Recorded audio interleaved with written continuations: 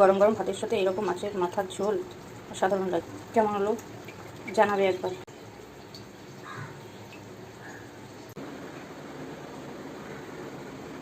গরমে আর মশলা জাতীয় মাছের ঝোল আর খেতে ভালো লাগছে না, তার জন্য আজ ভাবলাম যে ফোড়ন দিয়েই মাছ রান্না করি। তার জন্য আমি এখানে দুটো কাতলা মাছের মাথা নিয়ে নিয়েছি, আর একটা ছোটো একটা পিস, আর তার সাথে নিয়ে নিয়েছি 3 রকম সবজি, আলু, পটল আর কাঁচকলা, আর হচ্ছে পেঁয়াজ আর চেরা কাঁচা লঙ্কা। আর কড়াই বসিয়ে দিয়েছি। এবার কড়াইটা গরম হলে আমি মাছগুলো লবণ হলুদ দিয়ে মাখিয়ে মাথাটা ভেজে নেব। কড়াইয়ে সরষের তেল গরম করতে বসিয়ে দিয়েছি। এবার আমি কাতলা মাছের মাথাগুলো লবণ হলুদ দিয়ে ভালো করে মেখে নেব। মাছগুলো লাল লাল করে ভেজে নেব মাছের মাথাগুলো।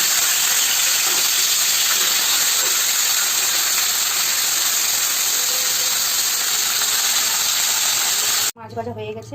এবার আমি কড়াই দিয়ে দেবো জিরে ফোড়ন, হাফ পেঁয়াজ কুচি, একটু নাড়াচাড়া করে লাল লাল করে ভেজে এবার এতে সবজিগুলো দিয়ে দেবো চেরা লঙ্কাগুলো আর লবণ। এবার ভালো করে মিশিয়ে নেব।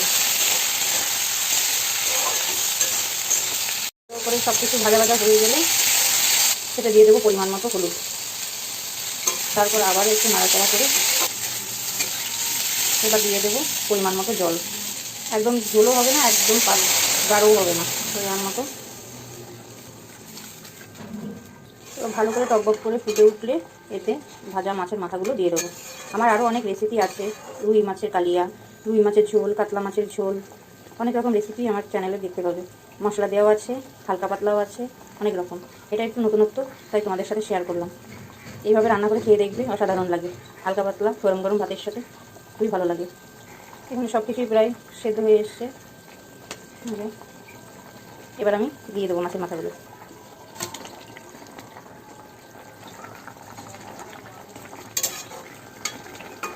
এই কাতলা মাছের মুড়ি ঘন্টও আমার কাছে আছে, আমার চ্যানেলে গিয়ে তোমরা দেখতে পারো।